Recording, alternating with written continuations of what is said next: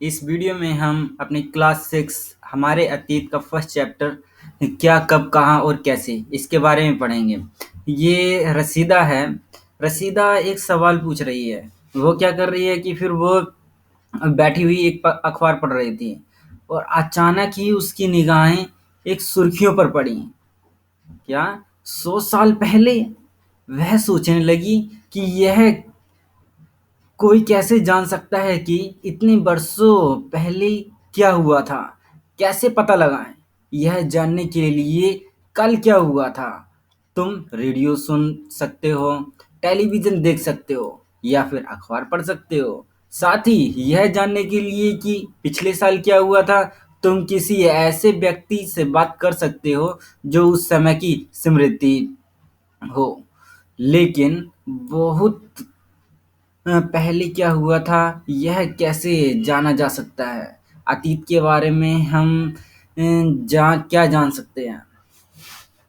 चलिए अब हम देखते हैं कि अतीत के बारे में हम क्या जान सकते हैं। अतीत के बारे में हम बहुत कुछ जाना जा सकता है। जैसे कि लोग क्या खाते थे, कैसे कपड़े पहनते थे, किस तरह के घरों में रहते थे।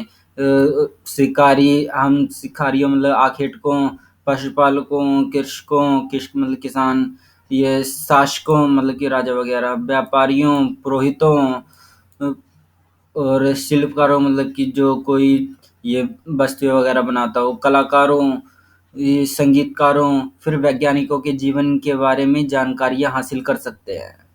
यही नहीं, हम यह भी पता कर सकते हैं कि उस समय जैसे बच्चे कौन-कौन से खेल खेलते थे और कौन-कौन सी कहानियाँ सुना करते थे, कौन से नाटक देखा करते थे या फिर कौन-कौन से गाने गाते थे। ये सब हम अतीत से पता कर सकते हैं। अच्छा ये देखो कि लोग रहते कहाँ थे वहाँ पे? सबसे पहले हम इसके बारे में पता करते हैं। आपको यहाँ पे एक मानचित्र दिखाया गया है, ये वाला मानचित्र, ठीक है? इसके बारे में हम बाद में पता करेंगे। अच्छा देखो यहाँ पे ना आपको मैं दिखा देता हूँ, ये नर्मदा नदी है यहाँ पे ये आप देख रहे हो, ये वाली ये नर्मदा नदी है, ठीक है? तो जो सी ये नर्मदा नदी आपने देखी है, यहाँ पे कई लाख वर्ष पहले है ना लोग इसी नदी के तट पे रहा करते थे, ठीक है? यहाँ रहने वाले प्रारंभिक लोग मतलब जो शुरुआत में वहाँ पे रहते थे, प्रारंभिक लोगों में से कुछ कुशल संग्राहक थे। संग्राहक का मतलब कि वे चीज़ें इकट्ठा किया करते थे, ठीक है? जो आसपास के जंगलों की विशाल संपदा से परिचित थे, ठीक है? मतलब कि संग्राहक थे मतलब कि जंगलों में से लकड़ी वगैरह, फल-फ्रूट वगैरह या फिर शिकार वगैरह लाते थे, मतलब कि उन्हें जंगलों के बारे में पूरा पता था। अपने भोजन के लिए वे जड़, फलों और जंगल के अन्य उत्पादों का यहीं से संग्रह किया करते थे। अच्छा,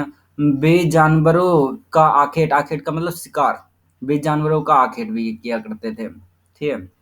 अब तुम पश्चिम की सलेमान और किर्थर पहाड़ियों का पता लगाओ। अच्छा यहाँ पे मैं आपको ये देखो, ये ऊपर है हमारा उत्तर, नीचे है यहाँ पे हमारा इस तरफ है पश्चिम।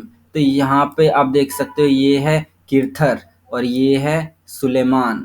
अच्छा आप यहाँ पे ये दोनों पहाड़ियों को देख लिया आपने, किर्थर और सुलेमान की।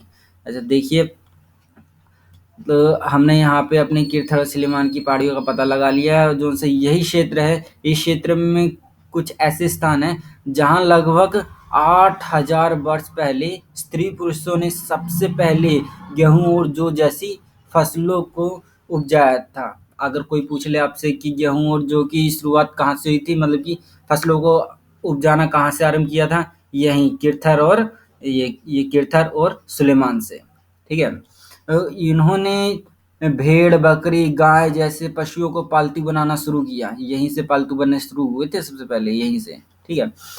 अब ये लोग गाँव में रहते थे और उत्तर पूर्व में गारो और मध्य भारत में विंध्य पहाड़ियों का पता लगाओ। देखो यहाँ पे आप ये है अपना पूर्व, ठीक है? यहाँ पे आप ये गारो की पहाड़ियाँ देख रहे हो, इस एरिया में गारो की पहाड़ियाँ हैं और मध्य में हमें विंध्या का पता लगाना है। ये देखिए ये है विंध्या, ठीक है? विंध्या की पहाड़ियाँ हैं यहाँ पे। तो जौन से ये आप क्षेत्र देख रहे हो, ये कुछ अन्य ऐसे स्थान हैं जहाँ पे कृषि का विकास हुआ था। अच्छा लोगों ने भेड़ बकरियों को तो यहाँ पे पालना स्टार्ट कर दिया था, और मतलब कि गेहूँ और जो सबसे पहले यहीं पे मिले थे, और कृषि की शुरुआत मतलब कि यहाँ पे भी हुई थी। अगर ये पूछ ले कि सबसे पहले चावल कहाँ पे उपजाया गया था, तो यहाँ पे विंध्या, ये विंध्या के उत्तर में ऐसा स्थान है, यहाँ पे ऐसा स्थान है जहाँ पे ये अपना चावल उपजाया गया था। जहाँ सबसे पहले चावल उपजाया गया, वे स्थान विंध्या के उत्तर में स्थित थे, मतलब कि विंध्या से ऊपर ऊपर। ठीक है। तो ये उपमहाद्वीप का प्राकृतिक मानचित्र है ये, और यहाँ पे कोई भी स्केल का यूज नहीं किया हुआ है। आपको सभी नदियों के बारे में बता देता हूँ। ये अपनी काबुल नदी ये जा रही है, और ये है अपनी यहाँ पे, ये आप झेलम नदी देख रहे हो, और ये सिंधु नदी है। ठीक है। झेलम के नीचे ये चेनाब है, ये रावी, ये ब्यास, ये सतलज। ऐसे ही ये सब मिल रही है यहाँ पे सिंधु में, सिंधु अरब सागर में जाके गिर रहा है। ऐसे ही यहाँ पे है यमुना नदी, यमुना नदी अपनी चंबल नदी है, वो यमुना नदी में मिल रही है। और ये है यमुना नदी, फिर बाद में अपने गंगा नदी में मिल जाती है। और गंगा नदी में, और जौन सी आप देख रहे हैं कि ये सोन नदी है, ये भी अपनी यहाँ पे गंगा नदी में मिल रही है।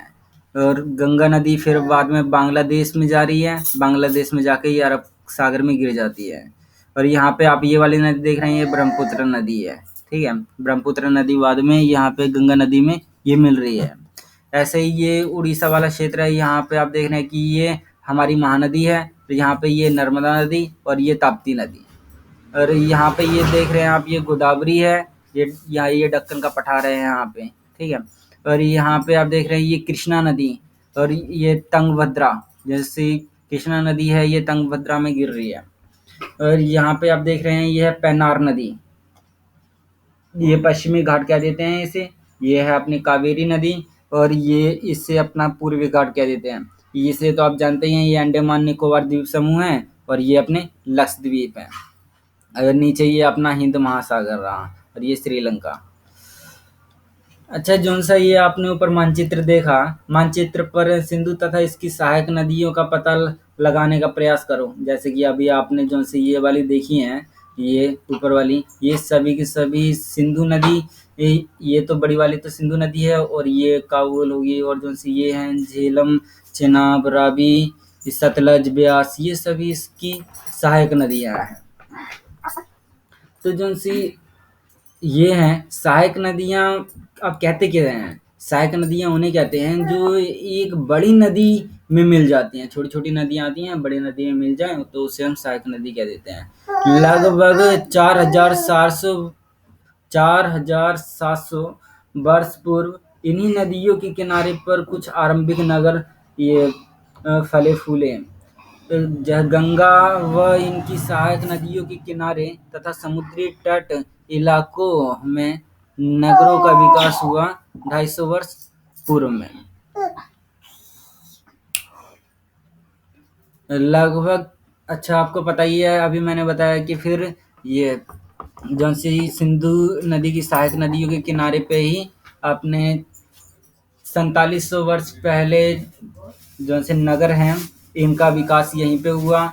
और ये जौन से ये वाले इलाके हैं, गंगा नदी, अच्छा मैं आपको गंगा नदी दिखा देता हूँ, ये वाली अपनी, यहाँ पे ये गंगा नदी, और जौन सी बाकी सभी देख रहे हैं ये गंगा नदी की सहायक नदियाँ हैं। तो गंगा नदी और इसकी सहायक नदियों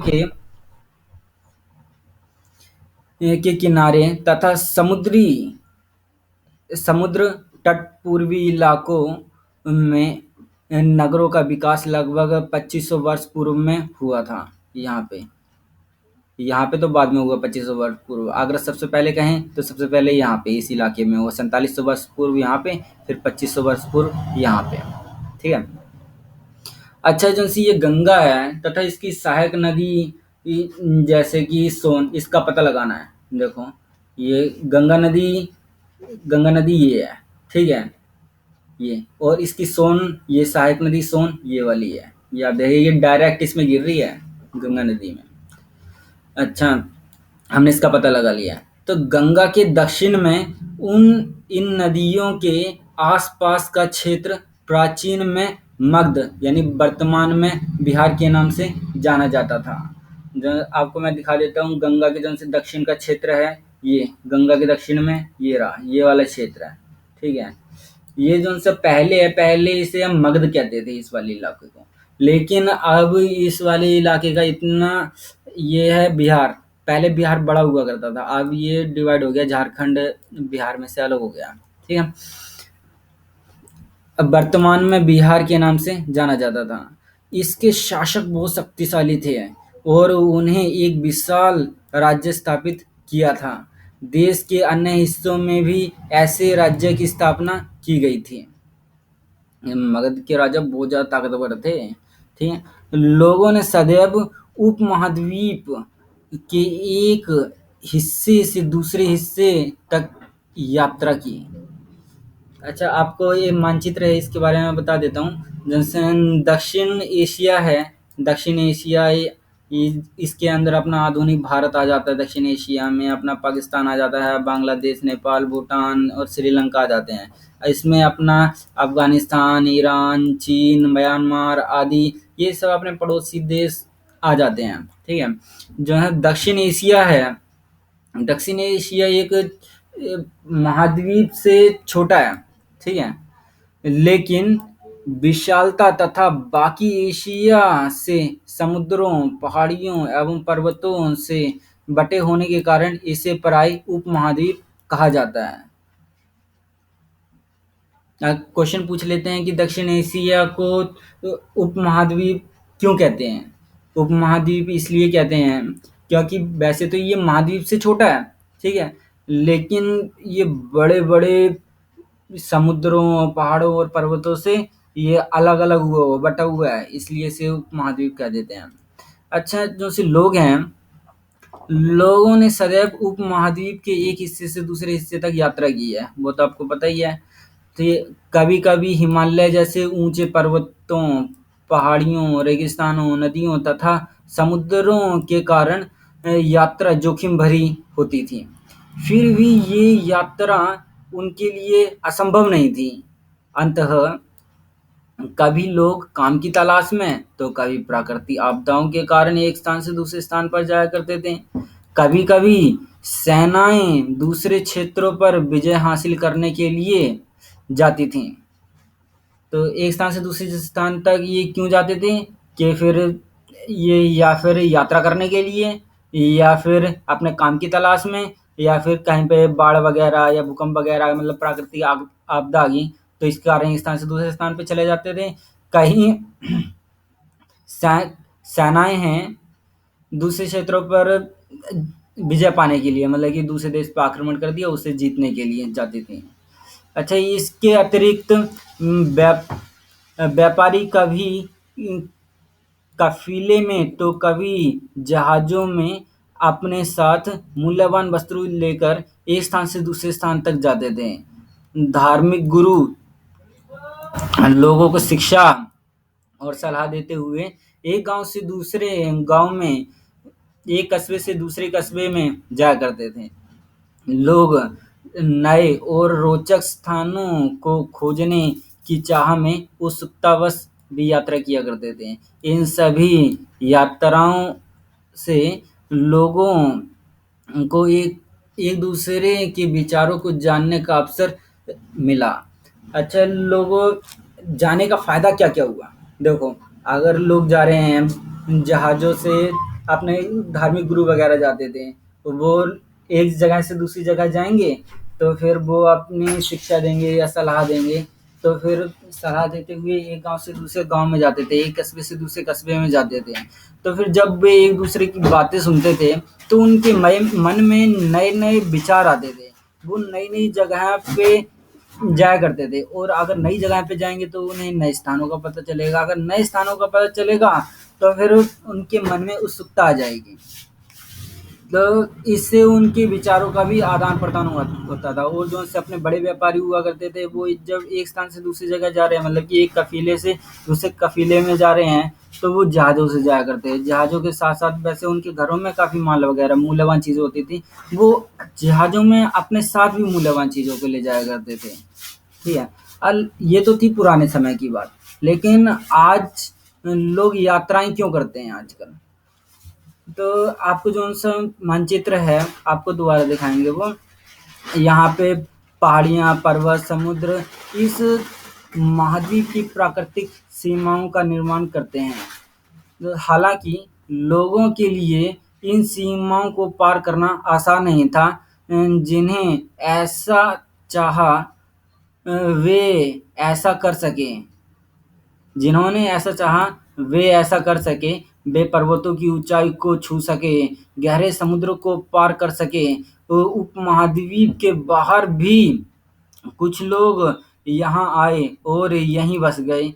लोगों ने इस आवागमन ने हमारी संस्कृति परंपराओं को समृद्ध किया और कई सौ वर्षों से लोग पत्थर को तराशने, संगीत रचने और यहाँ तक कि भोजन बनाने के लिए नए तरीकों के बारे में एक दूसरे से विचार को अपनाते रहे हैं। तो आपको मैं ये मैप दिखा देता हूँ। आप इस मैप में देखेंगे, देखिए जैसे ये समुद्र है, ये समुद्र इस तरफ भी, तो फिर इस समुद्र को पार करके एक स्थान से दूसरे स्थान पर जाना बहुत ज़्यादा मुश्किल हो जाता है, ठीक है। और ऐसे ही देखिए, और इस वाले एरिया में तो अपना रेगिस्तान वगैरह है, तो इससे भी पार करना मुश्किल है, ठीक है। और इस वाले एरिया में बहुत ज़्यादा ये पहाड़ी एरिया है, तो पहाड़ी एरिया को क्रॉस करना ही बहुत ज़्यादा मुश्किल है। तो लेकिन जिसे जाना था वो तो मतलब इन्हें पार करके एक स्थान से दूसरे स्थान पर गया, ठीक है। और मतलब कि लोग दूसरे स्थान से हमारे यहाँ भी आए तो अपनी संस्कृति लेके आए, तो हमारे जो सा संस्कृति था उसमें भी थोड़ा बहुत बदलाव आ गया। वहाँ की संस्कृति का प्रभाव हमारे पास पड़ा है यहाँ पे। तो तो ये कई सौ वर्षों से लोग पत्थर को तराशने, संगीत रचने और यहाँ तक कि भोजन बनाने की नए तरीकों के बारे में एक दूसरे के विचार को अपनाते रहे हैं। अब देश के नाम, हम देश के नाम पढ़ते हैं। ये क्या है? ये अपने देश के लिए हम पराए इंडिया, भारत जैसे नामों का उपयोग करते हैं। इंडिया शब्द इंडस से निकला है। आपसे पूछ ले कि इंडिया शब्द किससे निकला, ये इंडस से, जिसे संस्कृत में सिंधु कहा जाता है। क्वेश्चन पूछ सकते हैं आपसे कि फिर इंडिया शब्द किससे निकला, इंडस। इंडस को हिंदी में क्या कहते हैं, संस्कृत में क्या कहते हैं, संस्कृत अब वो सिंधु नदी, वो आपको दिखाई थी ना मैंने मैप में, वहीं से। अपने एटलस में ईरान और यूनान का पता लगाओ। लगभग 2500 वर्ष पूर्व उत्तर पश्चिम की ओर से आने वाले ईरानियों और यूनानियों ने सिंधु को हिंदोस और इंदोस और इस नदी के पूर्व में स्थित भूमि प्रदेश को इंडिया कहा। तो जो से 2500 वर्ष पूर्व में जो से उत्तर पश्चिम की ओर से जो से ईरानी और यूनान हैं, जो से सिंधु को तो इन्होंने हिंदोस कह दिया था और इंदोस कह दिया था। हिंदोस या इंदोस किन्होंने कहा, ये उत्तर पश्चिम की ओर से जो से ईरानी आ रहे थे या यूनानी आ रहे थे, और इन्होंने सिंधु को कहा था, सिंधु को हिंदोस और इंदोस कहना शुरू कर दिया था। और जो से अपनी सिंधु नदी के पूर्व वाला स्थान है, तो पूर्व वाले स्थान को इन्होंने भूमि प्रदेश को इंडिया कहा। अच्छा, जो भारत है, भारत नाम का प्रयोग उत्तर पश्चिम में रहने वाले लोगों के एक समूह के लिए किया जाता है। भारत का नाम किसके लिए प्रयोग किया जाता है, जो उत्तर पश्चिम में रहते हैं, उत्तर पश्चिम। अच्छा, इस समूह का उल्लेख संस्कृत की आरंभिक लगभग 3500 वर्ष पुरानी कृति ऋग्वेद में भी मिलता है। बाद में इसका प्रयोग देश में होने लगा। जो अगर आपसे पूछ लें कि फिर सबसे पहले इसका उल्लेख कहाँ पे मिलता है हमें, ये ऋग्वेद। हमारे 4 वेद हैं, 4 वेदों में से जो सबसे पुराना है वो ऋग्वेद है। अच्छा, ये ताड़पत्र किसे कहते हैं? अच्छा, ताड़पत्रों से बनी पांडुलिपियों का एक पृष्ठ, ताड़पत्र मतलब पेड़ की छाला वगैरह होती है, उसे हम ताड़पत्र कह देते हैं। तो उसके ऊपर जो लिखी जाती हैं उसे हम पांडुलिपियाँ कह देते हैं। यह पांडुलिपि लगभग 1000 वर्ष पहले लिखी गई थी। किताब बनाने के लिए ये किताब बनाने के लिए ताड़े के पत्तों को काट कर उन्हें अलग अलग हिस्सों को एक साथ बांध दिया जाता था।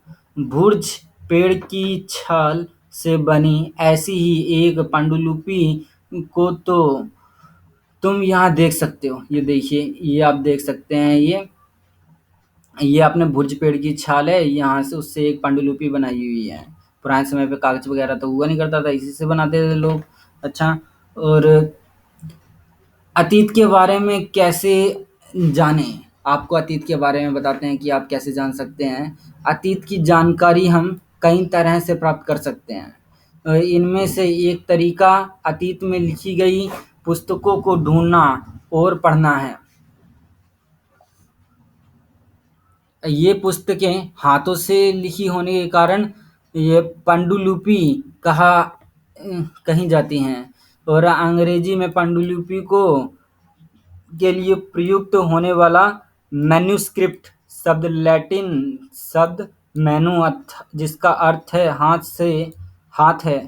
से निकला है। ये पांडुलिपियां प्राय ताड़पत्रों अथवा हिमालय क्षेत्र में उगने वाले भुर्ज नामक पेड़ की छाल से विशेष तरीके से तैयार ये भोजपत्र पर लिखी मिलती हैं। किस पे? भोजपत्र। भोजपत्र किसके? भुर्ज नामक पेड़ की छाल। अच्छा, अब आपको पता ही चल गया होगा कि पांडुलिपियां क्या होती हैं। पांडुलिपियां मतलब कि पांडुलिपियों को इंग्लिश में मैन्युस्क्रिप्ट कहते हैं। मैन्यू का मतलब होता है हाथ से लिखना, ठीक है। मतलब कि ऐसे पेड़ की छाल, जो सी ये पुस्तकें पेड़ की छाल के ऊपर हम हाथों से लिख देते थे, तो उसे हम मैन्युस्क्रिप्ट कह देते हैं या पांडुलिपियां कह देते हैं। अच्छा, इतने वर्षों में इनमें से कई पांडुलिपियों को कीड़ों ने खा लिया तथा कुछ नष्ट कर दी गईं। फिर भी ऐसी कई पांडुलिपियां आज भी उपलब्ध हैं। प्राय ये पांडुलिपियां मंदिर और विहारों में प्राप्त होती हैं। इन पुस्तकों को धार्मिक मान्यताओं व व्यवहारों, राजाओं के जीवन, औषधियाँ और विज्ञान आदि सभी प्रकार के विषय की चर्चा मिलती है। अब जो सी पहले ज़माने पे तो बहुत सारी पांडुलिपियाँ लिखी गई थीं। आधे से ज़्यादा को कीड़ों ने खा लिया, आधे से ज़्यादा नष्ट कर दी गईं, और फिर भी कुछ कई ऐसी पांडुलिपियाँ हमें मिलती हैं, अभी भी हैं। लेकिन जो सी ये पांडुलिपियाँ हैं, ये आजकल हमारे मंदिरों में मिल जाएँगी हमें, या बिहारों में। बिहार मतलब बिहार मठ होते हैं, मतलब जहाँ पे ये अपने पुजारी वगैरह ये रहा करते थे, ठीक है। जैसे ये पुस्तकें अगर हमें पांडुलिपि में मिल गई, तो फिर इन पुस्तकों में अपनी धार्मिक मान्यताओं के बारे में हमें पता चल जाएगा, या फिर वहाँ पे कैसा व्यवहार होता था और उस टाइम पे राजाओं का जीवन कैसा था, हमें नई नई औषधियों के बारे में पता चल जाएगा। उस समय पे साइंस कैसे चलती, विज्ञान के बारे में भी हमें पता चल जाएगा। इसके अतिरिक्त हमारे यहाँ महाकाव्य और कविताएं तथा नाटक भी हैं, ठीक है, जिनसे हमें पुराने समय के बारे में पता चलता है।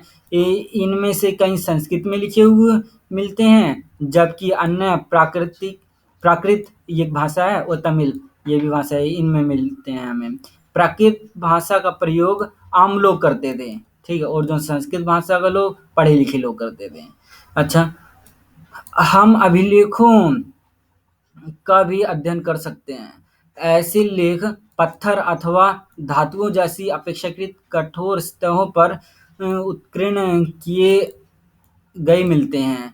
कभी-कभी शासक अथवा अन्य लोग अपने आदर्शों को इस तरह उत्कीर्ण करवाते थे, जबकि ताकि लोग उन्हें देख सकें, पढ़ सकें, उनका पालन कर सकें। कुछ अन्य प्रकार के अभिलेख भी मिलते हैं, जिनमें राजाओं तथा रानियों सहित अन्य स्त्रियों ने भी अपने कार्यों का विवरण उत्कीर्ण करवाए हैं। उदाहरण के लिए, प्राय शासक लड़ाइयों में अर्जित विजयों का लेखा-जोखा रखा करते थे। क्या तुम बता सकते हो कि एक कठोर सतह पर लेख लिखने के क्या लाभ थे? ऐसा करवाने में क्या-क्या कठिनाइयाँ थीं? अच्छा देखो, जौन से अगर हाथ से लिखें अब पेड़ के पत्तों के ऊपर लिखें फिर तो वो पांडुलिपियाँ होंगी। और अगर उन्हीं को अगर हम पत्थर की पे लिख देते हैं फिर वो अभिलेख हो जाते हैं। अगर पत्थर पे लिख रहे हैं तो फिर एक तो यहाँ पे लिखना बहुत ज़्यादा मुश्किल है और टाइम लगता है बहुत ज़्यादा, और कई बार पत्थर टूट गया तो फिर दोबारा से लिखो इसे।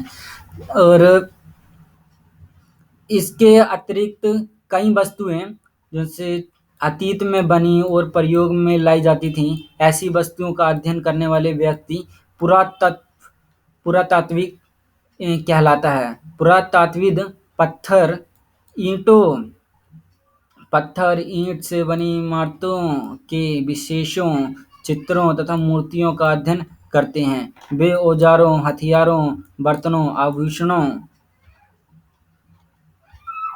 तथा सिक्कों की प्राप्ति के लिए छानबीन तथा खुदाई भी करते हैं। इनमें से कुछ वस्तुएं पत्थर, पक्की मिट्टी तथा कुछ धातु की बनी हो सकती हैं। ऐसे तत्व कठोर तथा जल्दी नष्ट न होने वाले होते हैं। पुरातात्विक जानवरों, चिड़ियों, मछलियों की हड्डियां भी ढूंढते हैं।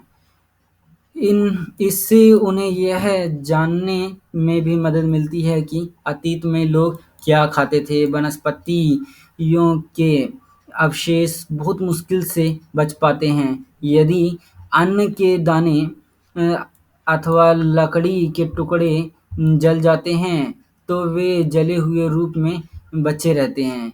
क्या पुरातत्वविदों को बहुधा कपड़ों के अवशेष मिलते होंगे? अच्छा, मैं आपको अभी बता देता हूँ ये अपने क्या कहते हैं इन्हें, पुरातात्विद। अब ये पुरातात्विद होते क्या हैं, जो पुराने समय की चीज़ों के बारे में छानबीन करते हैं उन्हें हम पुरातात्विद कह देते हैं। जैसे पुराने समय में जो उनसे अपनी ईंटें हो गई, पत्थर हो गई, या पुराने समय से ईंट पत्थर से बनी हुई कोई इमारत होगी, उससे टूटे फूटे अवशेष जो भी बचे होंगे उसके बारे में जो छानबीन करता है, ठीक है। या फिर जो सी अपने चित्र वगैरह हो गए पुराने, या मूर्तियाँ हो गई, ठीक है, उनके बारे में जो अध्ययन मतलब पढ़ाई करता है, उनके बारे में छानबीन करता है, क्या थी, किसने बनाई है, कैसे क्या, ठीक है। और जो से औजार पुराने समय पे क्या क्या यूज़ करते थे, हथियार कौन बनाता था, क्या क्या ये हथियार यूज़ करते थे, कैसे हैं, तीखे हैं, कैसे क्या, बर्तन, आभूषण, जो इनके बारे में पता करते हैं। या फिर जो से सिक्कों, पुराने समय में कौन सा राजा क्या सिक्के यूज़ करता था, इनकी छानबीन करते हैं। फिर मतलब कि नई नई जगह पे जाके खुदाई करते हैं और उन्हें ये सब चीज़ें मिलती हैं। और वहाँ पे जो सी नई नई पत्थर हैं, मतलब कि कुछ वस्तुएं पत्थर से बनी हुई मिलती हैं, पक्की ईंटें, पक्की मिट्टी, और कुछ धातु से बनी हुई चीज़ें हो सकती हैं। तो जो मतलब कि ऐसी चीज़ें जो कठोर हों, मतलब कि जल्दी नष्ट ना हुई हों, उनके बारे में जो छानबीन करते हैं। या फिर जानवरों की हड्डियाँ, चिड़ियों, मछलियों की हड्डियों को ढूँढते हैं, ठीक है। तो इनसे हमें, इन पुरातात्विकों को पुराने समय के बारे में बहुत ज़्यादा जानकारी मिल जाती है, ठीक है। तो मतलब कि इनसे इन्हें पता चल जाता है कि फिर लोग क्या खाते थे, मतलब कि ये अब लोग क्या खाते थे इसके बारे में कैसे पता चलेगा, तो फिर उसके वनस्पतियों के अवशेष अगर जो बच गए हों, वैसे तो बचते नहीं हैं, मुश्किल से जो बच गए हों, तो फिर अगर उन्हें देखते हैं फिर उनसे पता चल जाता है क्या क्या खाते थे लोग। तो अगर अन्न दाने, लकड़ियाँ, वैसे लकड़ियाँ वगैरह तो अब अपने कोयले में बदल जाती हैं ना, ठीक है। तो अन्न के दाने तथा लकड़ियाँ जले, जौन से टुकड़े जल गए थे, तो अगर उनके कुछ अवशेष बच गए हों तो उनसे इन्हें पता चल जाता है लोग क्या क्या खाते थे, क्या वगैरह, ठीक है। अच्छा, अब मैं आपको कुछ चित्रों के बारे में दिखा देता हूँ जो लगभग 2250 वर्ष पुराना ये है अभिलेख, जो से ये आप देख रहे हैं 2250 वर्ष पुराना है। जो वर्तमान में जो से ये अभिलेख आप देख रहे हैं ये अफगानिस्तान में है, अफगानिस्तान के कंधार, वहाँ से प्राप्त हुआ था ये। यह अभिलेख अशोक नामक शासक के आदेश पर उत्कृष्ट करवाया गया था, ठीक है। अच्छा, ये पूछ लेते हैं जो सा अफगानिस्तान में कंधार नाम की जगह पे अभिलेख है, ये किस राजा के बारे में बताता है? ये अपने अशोक, ठीक है, अशोक ने इसे उत्कीर्ण इससे बनवाया था, ठीक है। इस शासक के विषय में तुम अध्याय 8 में पढ़ोगे। जब हम कुछ लिखते हैं तब हम किसी लिपि का प्रयोग करते हैं, ठीक है, लिखने के लिए हम किसका यूज़ करते हैं? लिपि का। अब लिपियाँ होती क्या हैं? लिपियाँ अक्षरों अथवा संकेतों से बनी होती हैं। जब हम कुछ बोलते हैं या अथवा पढ़ते हैं, तब हम एक भाषा का प्रयोग करते हैं। अच्छा, बोलने के लिए तो हम भाषा का प्रयोग करते हैं, और बोलने के लिए और पढ़ने के लिए, और जो उनसे लिखने के लिए यूज़ करते हैं, उसे हम ये लिपियों का उपयोग करते हैं। ठीक है? यह अभिलेख इस क्षेत्र में प्रयुक्त होने वाली यूनानी या आरा आराम्य नामक इन 2 लिपियों तथा भाषाओं में है। ये वाला अभिलेख किन-किन भाषाओं में है? एक तो यूनानी भाषा में है, दूसरा ये अरामाइक भाषा में है। ठीक है? अच्छा, ये आप मटके वगैरह देख रहे हैं। यहाँ पे एक जौन सा ये एक प्राचीन नगर से प्राप्त पात्र हैं ये।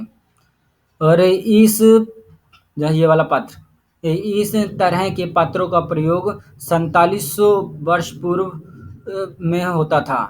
जौन सा ये दाईं ओर ये वाली चीज़ें आप देख रहे हैं, ये एक पुराना चांदी का सिक्का है। ये पुराने चांदी के सिक्के ऐसे होते थे। इस तरह के सिक्कों का प्रयोग ये 250 वर्ष पूर्व होता था। ठीक है? और ये 4700 वर्ष पूर्व।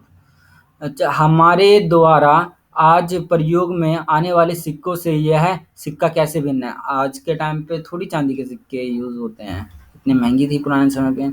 अच्छा,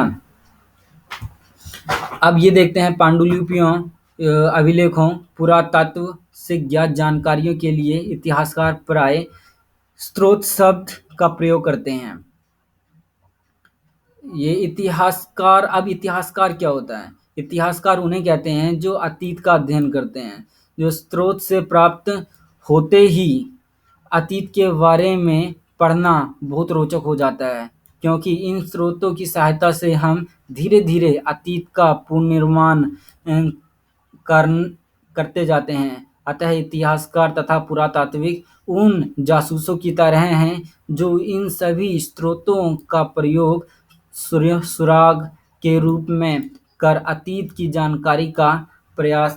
को जानने का प्रयास करते हैं। अच्छा देखो, जो उनसे अपने इतिहासकार होते हैं, तो इतिहासकार अब पुरानी चीज़ों को जानने के लिए, मतलब कि पुराने इतिहास को जानने के लिए कुछ चीज़ों का प्रयोग करते हैं। कुछ जैसे पांडुलिपियाँ हो गई, अभिलेख हो गई, या पुरातत्व, मतलब पुरातत्व से जो उनसे अपनी ये चीज़ें मिली थी, उनका उपयोग करते हैं। अगर वो जिन्हें मिल जाती हैं, तो फिर इससे ये जानने लग जाती है पुराने समय पे क्या क्या कैसे हुआ करता है, पुराने समय का इतिहास के बारे में जानने लग जाते हैं। ये बहुत ज़्यादा रोचक होता है अगर हमें कोई पुरानी चीज़ मिल जाती है, कि फिर उससे हम पता करने लग जाएँ छानबीन करके, कि फिर हाँ, पुराने समय में कैसे क्या होता था, राजा कौन था, क्या करता है, उसने क्यों बनवाए ये सिक्के, यहाँ पुराने समय के बारे में पता चल जाता है।